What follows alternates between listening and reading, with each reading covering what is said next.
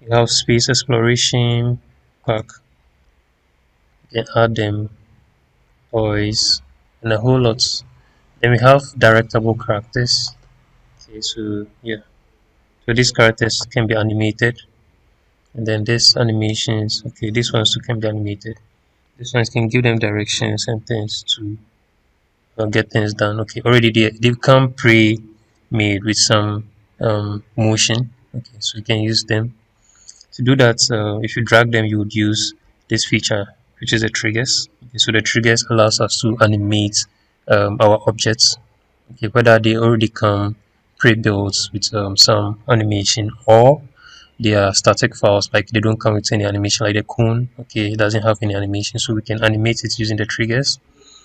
Any of these ones that have the already have some animations, you can click on them and then use triggers to enable such animations. You can share your project here by clicking this, give your project a title, create a link, and then to give you a QR code. Okay, so you can see it's generated a code for us and then a QR code. So this code link can be shared with your colleagues. Then you can download the QR code. You can also change the image here, okay, by changing it or resetting it. When you change, you upload an image, you can give your project a title, and always make sure to update it. Okay. So once you've made some changes, you can click on apply changes, and then yeah, you share your code. People can scan it to use your project. Okay. So basically, this is a quick walkthrough. Let me see if there's anything else. The camera view. Okay, so we can actually preview our projects by clicking on the preview here. You can zoom in, zoom out, using your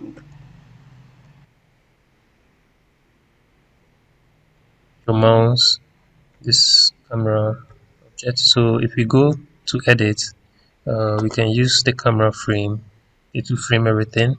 Okay, yeah, so frame everything, like position everything well. You can reset your camera. There's some help things here.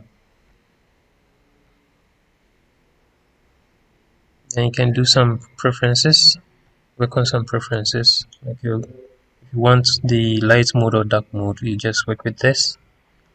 And let's see. This allows us to create new projects, import new projects, or export our project. Okay, so you can export your project, which is a good way. Um, in case you don't want your project to be saved on the cloud, you can export it by clicking this, then give your project a title, then you save it.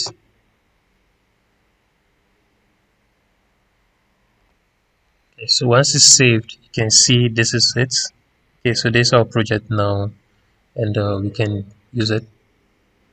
So anytime we want to use it, we can just come to File and then Import. Okay, but by default, anytime you launch your project, so it becomes available offline, so you can work offline without internet. Okay, yeah, when you do the export feature, once everything is loaded, Adobe Aero can make everything available to the cloud too. By that's when you click on the share and then you apply your changes.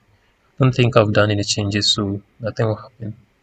So let's go home and then let's look at my projects. Okay, so you can see these are my projects that are available for me, stored in the cloud. And then some, I think you can also click on this to make your project available offline.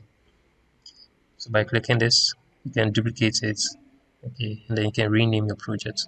Okay, so thank you for watching, and I'll see you in the next lesson. Thank you.